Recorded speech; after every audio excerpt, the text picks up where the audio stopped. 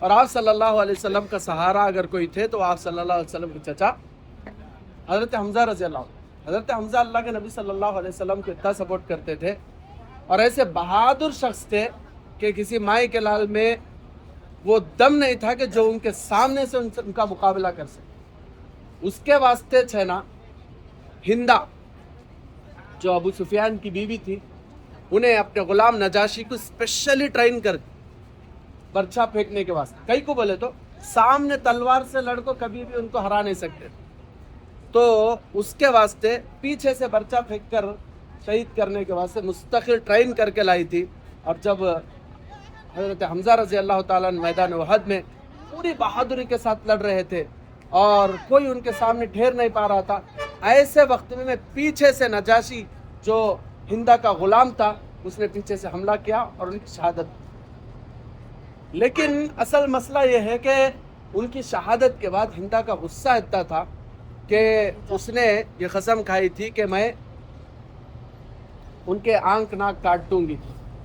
ہندا جب حضرت حمزہ رضی اللہ تعالیٰ شہید ہو گئے، قریب آئی، ان کے آنکھ ناک سب کاٹ کے اس کا ہار بنا کے اپنے گلے میں ڈالی اور آپ رضی اللہ تعالیٰ ان کا کلیجہ نکال کر چبائے۔ یہ اللہ کے نبی صلی اللہ علیہ وسلم اتنا تکلیف دہ واقعہ تھا۔ اللہ کے نبی صلی اللہ علیہ وسلم بعد میں جب یہ لوگ اسلام قبول کرے، نجاشی، ہندا، یہ لوگ اسلام قبول کرے، نجاشی اللہ کے نبی کے پاس آ کر اسلام قبول کرا۔ اللہ کے نبی صلی اللہ علیہ وسلم بولے میں تجھے معاف تو کر دیا، اب تو اسلام میں بھی آ گیا، لیکن میرے سامنے مت آنا، جب بھی تو میرے سامنے آتا ہے مجھے میرے چاچا کی یاد آ جاتی ہے۔ اللہ کے نبی صلی اللہ علیہ وسلم بہت روتے تھے۔ تو یہ شہادت بھی اسی میدان میں ہوئی تھی۔ تو ابھی ہم لوگ یہ میدان میں آئے ہیں، صحابہ کی قربانیاں جو جہاں پر صحابہ قربانیاں دیے تھے وہ میدان میں ابھی اس وقت ہم لوگ ہیں۔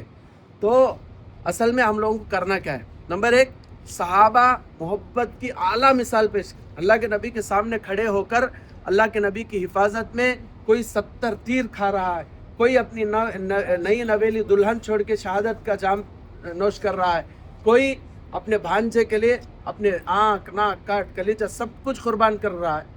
یہ اللہ کے نبی سے ان کی سچی محبت تھی۔ خالی ہمیں نبی سے محبت کرتی یہ کافی نہیں ہے، بلکہ اللہ کے نبی صلی اللہ علیہ وسلم کی سنتوں کو اپنانا ہے، آپ صلی اللہ علیہ وسلم کے طریقوں کو اپنے زندگی میں لانا ہے، نمبر 1۔ نمبر 2، یہ جو صحابہ ہیں انہوں ہمارے واسطے سب سے بڑا نمونہ۔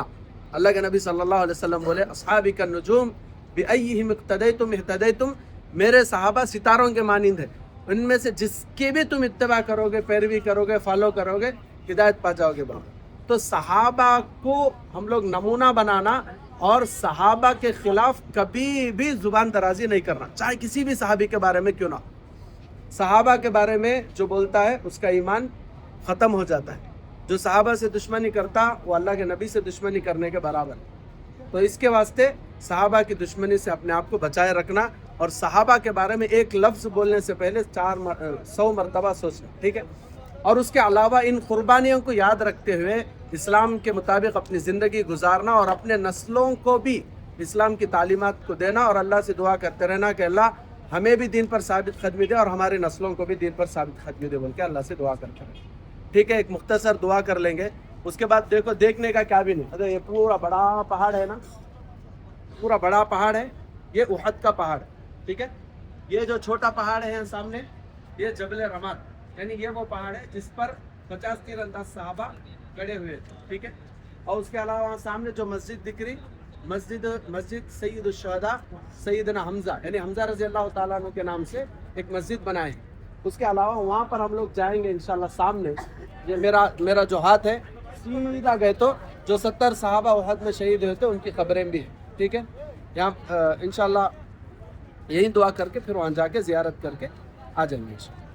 وسلم علیہ اللہم انت السلام و منک السلام تبارکت یا ذا الجلال والاکرام۔ اے اللہ ہمارے گناہوں کو معاف فرما، خطاؤں کو درگزر فرما۔ پیارے اللہ ہم بے شک بہت بڑے گناہ گار، خطا کار، سیاہ کار، مجرم ہے۔ اے اللہ ہمیں معاف فرما، اللہ ہمیں معاف فرما، اللہ ہمارے اس سفر کو قبول فرما، اللہ ہمارے عمرے کو قبول فرما، اے اللہ ہماری کی ہوئی عبادتوں کو قبول فرما۔ پیارے اللہ ہم اس وقت اس زمین پر ہیں جہاں پر آپ صلی اللہ علیہ وسلم نے اپنے دندان مبارک شہید کروائے. ہم اس زمین پر ہیں جہاں پر آپ صلی اللہ علیہ وسلم کے پیارے چچا حضرت حمزہ نے اپنی شہادت پیش کی. ہم اس زمین پر ہیں جہاں پر 70 صحابہ نے اپنے جانوں کی قربانی دی تیرے دین کی سربلندی کے لیے اور تیرے دین کو ہم تک پہنچانے کے لیے. اے اللہ ہمیں ان کی قربانیوں کو یاد رکھ کر اپنے زندگی میں دین لانے کی اور دین پر مضبوطی کے ساتھ جمع رہنے کی توفیق نصیب فرما. پیارے اللہ آپ صلی اللہ علیہ وسلم کی سچی محبت نصیب فرما. آپ صلی اللہ علیہ وسلم کی اتباع نصیب فرما. صحابہ کی اتباع نصیب فرما. پیارے اللہ ان کی قربانیوں کا بہترین بدلہ اللہ تو پورے امت مسلمہ کی طرف سے صحابہ کو آپ صلی اللہ علیہ وسلم کو نصیب فرما.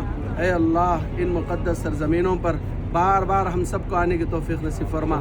ہمارے رشتہ داروں کو بلکہ دنیا بھر کے ہر اس مسلمان کو جو یہاں پر آنے کی تمنا رکھتا ہے اے اللہ تو یہاں پر آنا آسان فرما. پیارے اللہ جتنے بھی ہمارے ساتھ اس وقت سفر میں معتمرین ہیں اللہ ان سب کے دلی تمناؤں کو آرزوؤں کو ضرورتوں کو اپنے خزانے غیب سے تو پوری فرما.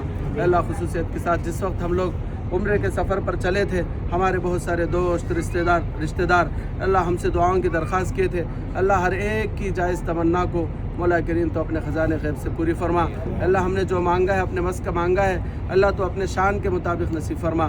اللہم انا نسألک من خیر ما سألک منہ نبیک وحبیبک محمد صلی اللہ علیہ وسلم ونعوذ بک من شر ما استعاذ منہ نبیک وحبیبک محمد صلی اللہ علیہ وسلم وانت المستعان وعلیک البلاغ لا حول ولا قوة الا باللہ. صلی یا رب علی النبی سیدنا محمد وعلی آلہ وصحبہ اجمعین والحمد للہ رب